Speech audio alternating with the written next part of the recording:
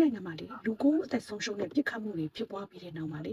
ဒီထိုင်းဝန်ကြီးချုပ်အနုတင်ကနေပြီးတော့ဒီထိုင်းနိုင်ငံမှာလက်နက်ကင်ဆောင်ဝဲဥပဒေကိုပုံမတင်းကျပ်တော့မယ်ဆိုပြီးတော့ပြောကြားလိုက်ပါတယ်။ဩဂတ်စ်လ9ရက်နေ့ကလေမနေ့ကပေါ့နော်ဘန်ကောက်မြို့ရဲ့မြောက်ဖက်နားမှာရှိတဲ့ခရိုင်တစ်ခုကကျောင်းမှာလေအသက်14နှစ်ရွယ်ကျောင်းသားလေးကလေ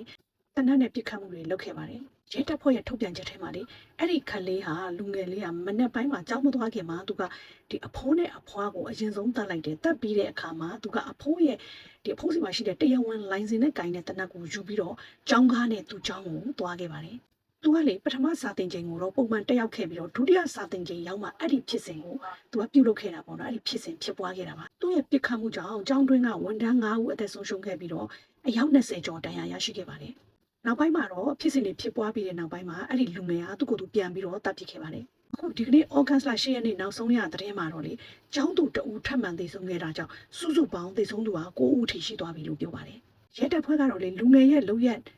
အကြောင်းရဲ့နောက်ွယ်ကလုံရက်ကိုအတည်ပြုနိုင်မှုဆက်လက်စုံစမ်းနေစေလို့ပြောပါတယ်။ဝန်ကြီးချုပ်အနုတင်ကတော့လေဒီကလေးဟာပညာရေးဆိုင်ရာ PR တွေရှိခဲ့ပုံရတယ်လို့ပြောထားပေမဲ့ဒီဟာကလက်ရှိချိန်ထိတော့တရားဝင်အတည်ပြုထားတဲ့ motive တော့မဟုတ်သေးပါဘူး။ဒီဖြစ်စဉ်ပြီးမှတော့လေထိုင်းဝန်ကြီးချုပ်ကလက်နက်ကင်ဆောင်မှုဆိုင်ရာဥပဒေတရက်ကိုတင်သွင်းမှုစီစဉ်နေပြီးတော့ဒီလက်နက်တွေကိုဒီတာဝန်ရှိတဲ့အစိုးရအရာရှိတွေကလွဲလို့ရှိရင်အပြင်လူတွေအများပြည်သူတွေကိုလက်နက်ကင်ဆောင်မှုကိုကန့်သတ်သွားမယ်ဆိုပြီးတော့လေသိရပါတယ်။ထိုင်းနိုင်ငံမှာလေ2019ခုနှစ်ခန့်မှန်းချက်အရဒီထိုင်းမှာလက်နက်ကင်ဆောင်သူဦးရေဟာ10.3 တန်းခန့်ရှိပြီးတော့